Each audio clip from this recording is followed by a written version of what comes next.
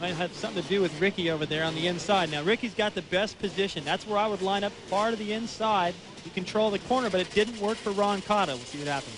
They start to rev up now for the first moto of 250 action from Binghamton, New York. It's underway. Not a bad start for Ricky, but oh, Mike LaRocco's got a nice edge. And on the inside, David Villeman will take the whole shot money. But Mike LaRocco with a great start.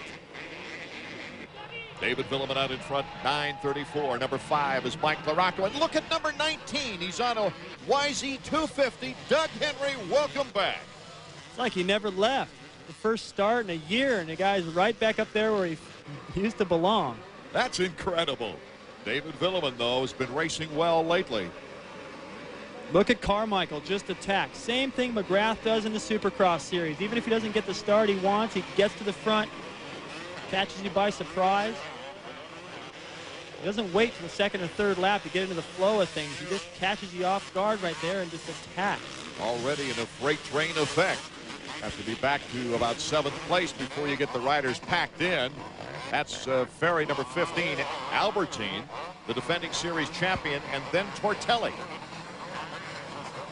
Well, you see how slick it is. You get just underneath that first couple inches of the loam they've added here, and then you get down to that rock base. Albie just found it. So it all looks great. Looks like you just get right on the power, but you still have to be a little bit careful and use some finesse. Henry back and forth now, as our leader continues to be Team Yamaha's David Villeman. Villeman was very much in the points race after the first 3 races of the year. In fact, he had the points lead, but then slipped to 4th and has been there all the way. See, Doug got a little bit of washout as he headed up that jump, which cut more to the inside, ran over the hay bale, and he's still going. The guy's tough. Villeman continues to lead, coming off 2 podiums in a row, a second at Washougal and a second at Millville. And look at Ricky Carmichael already starting to pressure on the first lap, David Villeman. Villeman a little slip and slide. They look like they touched tires there. Ricky Carmichael's got to be careful not to follow Villeman in a situation like that. Villeman looks over and thinks he's got it clean, but he doesn't realize that his shadow is gaining on him. Must be frustrating to have to compete against a kid like Ricky Carmichael, who's so fast and so determined. He just can't stand anything other than first place. So it takes a little bit of the fun out of racing. You start to have to ride so fast, it's a little bit scary. Sebastian Tortelli back in 10th. Needing only 10 points to clinch the championship, Ricky Carmichael is in great position right now. Yeah, put yourself in Villeman's shoes right here. I mean, one tiny mistake. He doesn't even have to make a mistake, really, and Ricky's still in there running over his foot. Carmichael to the inside. Villeman gets good acceleration on the outside. Now bar to bar. Ricky Carmichael determined to take the lead, cuts to the inside. What a great move. And what power on that move. That's just sheer determination, and I am not going to let you have any more laps in the lead. It's over. This is my show. Beautiful the way Villeman clears the whole top of that. Watch Ricky. Watch how close he comes to going down. His front wheel turns all the way sideways. Actually works in his favor. Cuts the corner a little tighter. Doesn't let off till he's in the lead. Now he's starting to pull away a little bit. Would this be something if Ricky Carmichael can pull off a 250 title in his very first year on the 250 bike? We'll be right back. Of all the racetracks on the AMA Chevy Trucks National Tour, Broome-Tioga might offer the most obstacles. It's got sawdust, the big hills, the rocks, the stadium jumps, just about everything. So for this week's Kawasaki bike setup, we thought we'd ask John Dowd's mechanic Jeremy Albrecht what he's doing to prepare his rider's bike. Jeremy, what are you doing? Well, basically for the rocks, you know that we're running hand guards, and we actually put an extra piece on the pipe for the dent so it can make it through the moto. And rear tire-wise, we run a little bit more open pattern for the uphills and loose sawdust, like you said, and the rocks. And probably thicker tubes. I would have to ask the Bridgestone guy about that, but thicker tubes we normally run here for the rocks. And suspension-wise, we stiffen up the front end a little bit for the downhills. And jetting, we've just richened it up quite a bit for the wide open uphills and downhills and all that stuff. So that's basically what we've done. Let me ask you about the rider. You putting anything on John to protect him? We should put a little shield on the front. He was trying to get it off one of these police motorcycles over there, but we're going to go ahead and leave that off, and he's just going to wear a chest protector. Okay, well, we'll watch how John Dowd does. That's this week's Kawasaki bike setup. Our first moto underway here at Binghamton, and Ricky Carmichael is trying to pull away now from David Villeman after just passing him. Here's Mike LaRocco, number 5 in third, and Tim Ferry. Ferry's had a very good year on a non-factory bike, the Chaparral Yamaha. There's Albertine, number 19, Doug Henry, followed by the 2 Team Hondas of Wyndham and Sebastian Tortelli. Those 2 going bar to bar for a moment. Now Tortelli pulls in front of Wyndham. Come out of that corner, and Kevin doesn't want to give it to him.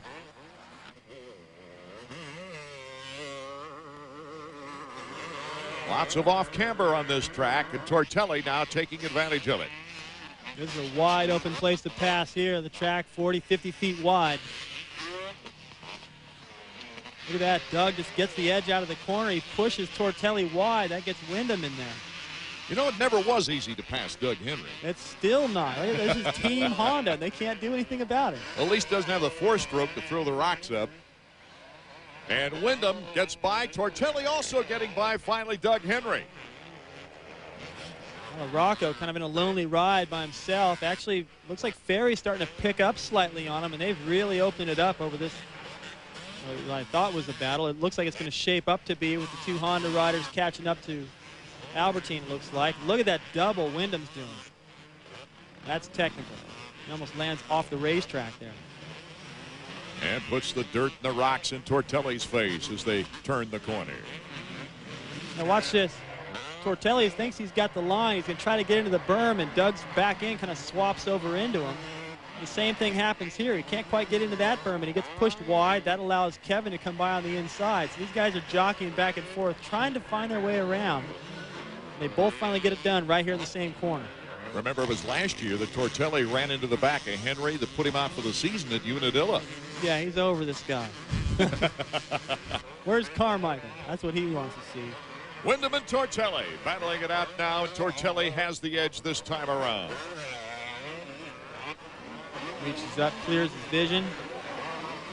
Front wheel does a little dance there. These guys are starting to pick up a little bit of space now in Albertine, so this could turn into a battle. These are points, just like in the 125 class. Roncada coming from behind. Tortelli has to get these points to preserve the title. Tortelli had the points lead until Unadilla last year. He had the points lead coming out of Unadilla by 4 points this year. But Shane Drew, his mechanic, looks concerned right now. The turning point, David, Troy, Ohio, after Unadilla, where he tweaked his ankle twice in both motos. Quite a serious injury, and that led to 3 fourth-place finishes over the next 3 races. And while he was getting 4th, Ricky was winning all those events, and that's put him in the position he's in now. That's why you see the concerned look on Shane Drew's face, because his title is slipping away. Greg Albertine announcing his retirement the week of Washougal. He's just kind of having fun right now. Well, I'll tell you what, that must be the name of the game. You hear Pastrana talking about it all the time, and he's really putting together some fine rides. I thought once he announced that you know, the season would kind of start to slide a little bit, to be kind of a farewell tour, but he has been on the gas, putting in some fine rides. And similar maybe to Stanton's first year in retirement. He's anxious to attend several events just to say hello and thanks to the fans. You don't have much time, really, when you're racing. Well, you always got something going on. And I'll tell you what, Albertine's a great test rider. He's been testing the new bikes quite a bit. The new Suzuki's looking good. And he's seen the phenomenon of Travis come up, too, on the team. He's probably glad he doesn't have to race against him. So we saw Team Honda trying to get around Henry. Now it's Team Kawasaki as John Dowd and Larry Ward do battle with Doug Henry. This must have been kind of fun for Doug just to come out of sort of retirement and come in here just having a good time. Pete Steinbrecher came out here to be his mechanic. Called him up and said, hey, you need a mechanic? Doug said, big smile on his face. I can see it right now. Come on. For John Dowd, number 16, his last national victory was here at Binghamton. That was on the 125. He's also got 2 wins on 250s here. So it's one of his favorite tracks. Second place. Well, no, actually, look at this. Now they've caught him, I believe. LaRocco might have slowed down a little bit, and Henry and McGrath might have sped up as they have closed the gap. Probably cut it just about. Oh, my gosh, down the hill, Doug Henry. A major crash at the bottom of this jump, and Doug flips off the goggles, and oh my goodness, looks to be in a lot of pain. There comes one of the corner workers over. I can't believe what I just saw. That was unbelievable. The motocross world will never forget that moment in 1995 at Budds Creek, and then another one in 97 in which Henry needed help to get his goggles and helmet off. However, what will be remembered most about this crowd favorite is his perseverance and sheer determination to succeed. That, along with his ability, paved the way for this moment in 1998. Really got to hand it, I think, to Doug Henry for going through the learning process and sticking with it at the risk of maybe not winning a championship. And Doug Henry wins his very first 250 championship. The champion would announce his retirement the following season with 3 outdoor titles to his credit. But surprise, surprise, the only rider to win a title in a 4-stroke returned to action on the track that gave him that 250 title.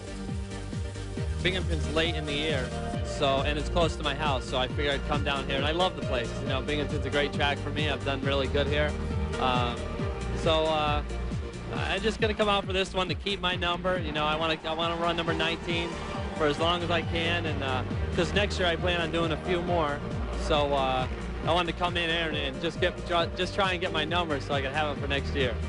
There's no pressure on the former champ as he competes with his friends on a stock 250 bike.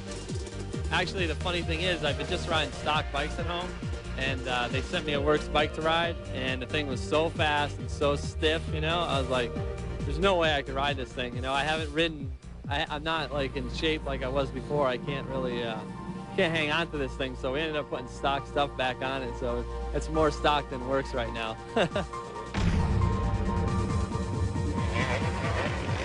A class act, and that 4-stroke you hear in the background is not Doug Henry for one. It's Shane King, number 110 on the KTM. Battling it out, though, with Doug. What a move. Doug's got that section wired. I like the way he comes up over the top, drops right down to that berm. Look at that. He opens up a little gap over that whole pack. This guy can ride. You know, it's tough to sit out. You can ride all you want at home and think you're going fast, but racing is a whole different deal, and he's hanging tough. Ricky Carmichael is way out in front, trying to nail down a championship. We'll be right back in a moment. A big development while we were away. Number 21, Sebastian Tortelli, second on the points list to Ricky Carmichael, who's winning this race, is having all kinds of problems. He went down hard, and the bike is in horrible condition. Here's Ricky, who's just burning the track up. This kid is doing things that other people don't even think of at speed. He's just so motivated. He's so full of fire. I've compared him to Lance Armstrong before, and the reason I say that is because Lance has the ability to access all that anger, all that motivation at any given time to do what he needs to do, and Ricky has that same fire. He's able to go so fast when other guys are backing down. Chad Watts is mechanic. Well, Ricky put himself behind the 8 ball with that 12-12 and 2 motos at Mount Morris for an 11th overall. He made up his mind. Wins are a must to make up for those bad motos, and that's exactly what he's done. Since that folly in the mud in Mount Morris, he's won 6 of the 7 races, taking a second in the other. And 9 of 14 motos. Now he's looking back right now, wondering where that number 21 is, and there he is, bent handlebars, the back end is sagging. I don't think he's going to be able to finish, Art. Look at the bike. Well, this could be the determining factor for the championship right now. Well, all Ricky needed was 10 points, and Sebastian's well outside of that right now. Albie's starting to gain time. He's been getting faster and faster during this moto. He's pinning it, hitting whatever hole he has to hit. See, he's caught Ferry, feet off the pegs and all. This guy's going for it. Morocco's getting some company now as Tim Ferry and Albertine start to pull up on him. Let's go down to the pit area. Davey. Guys down here in the mechanics area, terrible break for Sebastian Tortelli. It looks like the subframe of his Honda is broken. He had a big crash up on top of the hill. If you get a look at the handlebar, you can see the clutch side's bent down. And the mechanics there, Shane Drew, Mike Gosler pulling the seat back. Tortelli with a DNF. That's going to inch Carmichael closer to the national championship. So the former 2-time GP world champion sees another chance at American title go astray. Last year, #1 in the points. Injury took him out of the game. This year, just hard luck and hard times. And a very fast Ricky Carmichael has taken him out of the points race this year. Tim Ferry, another consistent performance after his best moto of his career, a second in the opening moto at Millville. He's trying to hold off a very determined Greg Albertine. Albie would just love to win an overall before his career ends here in America. And he takes the inside route to pass number 15, Tim Ferry. That was impressive because he just had to do all muscle, all sheer determination. Same thing we're seeing out front from Carmichael. Just muscling the bike around and keeping it wide open. Ferry wasn't really willing to go that fast. You can see him already looking over his shoulder a little bit like, okay, who else is back there because I'm about ready to shut it down. Towards the end of the moto, and it doesn't look like he's got what it takes to keep the pace with Albie right now. So Albertine moves into 4th. Behind Mike LaRocco in 3rd. Villeman still in 2nd place. But here's our leader, dominating another moto, Ricky Carmichael. Looking good through the Supercross sections. I know that's got to be on his mind now that he's waxed everybody in this outdoor series. That indoor thing is really bugging him. I know he'd like to get in there and battle with McGrath. He knows he has the speed. He trains hard enough. He's just got to be a little craftier to deal with Jeremy. Just the technique. Kevin Windham, number 14, on the move. A winner here last year is not having that good a time of it. Let's go to Davey now with Sebastian. Sebastian, that was a terrible crash up on top of the hill. What happened? Yeah, I was into a rut and the stone was sticking out. I didn't see it and it just made me go sideways. So, I mean, that was a big crash, but, you know, I feel good and I broke the bike, you know. That was my fault, so hopefully I'm going to get good on second moto. Did you hurt yourself at all? No, I'm good. I'm very good. Nothing is wrong with myself. So, I mean, I'll be 100% for next moto. So a very disappointed Sebastian Tortelli trying not to make it sound that way. Yeah, he still sounds all optimistic, but you know, you can pretty much see the look on his face. He realized this championship would be a miracle if he was able to grab it. Kevin Windham, of course, it's been published that he has signed a multi-year deal. Multi-million-dollar deal as well with Team Suzuki. As we go to our 2nd place rider right now is David Villeman. Villeman already has 1 more year to go on his Yamaha contract. Sleeves rolled up. He's had a good race. Well, from our standpoint, it looks like he has, but I don't think he's happy with it. He led early. Carmichael got around and just wasn't able to keep pace with him. Our next telecast will be the final round of the season. Hope you can join us then. Checkers will be waiting for this moto when we return. Team Honda's Sebastian Tortelli forced to stand by the sideline and watch his rival take the checkered flag once again. Actually, the white flag is out for the final lap as Ricky Carmichael now can take just a Sunday ride around the track. Acknowledge the fans. He's a very popular rider, and he really deserves those cheers on this day. Looking for his 4th consecutive moto victory. You know, looking at his age, where he is in his career right now, and as many wins he has in the 125, and he's racked up already in the 250s, records are going to go down. He may be the guy that holds them all like Jeremy does indoors, because this kid is flat unbeatable outdoors from what I've seen.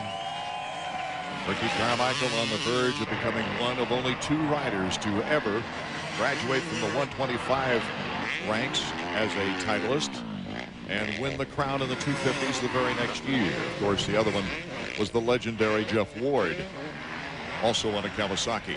Boy, it's going to be something for years to come to see this guy. As you mentioned his age, he's still a youngster at the game, David Bailey, but when he gets matched up with Travis Pastrana and the rest of the youth core that's coming up behind him, wow. The checkered flag for Ricky Carmichael. To the cheers of the fans. Villeman takes the 2nd place. LaRocco, a good 3rd, and Greg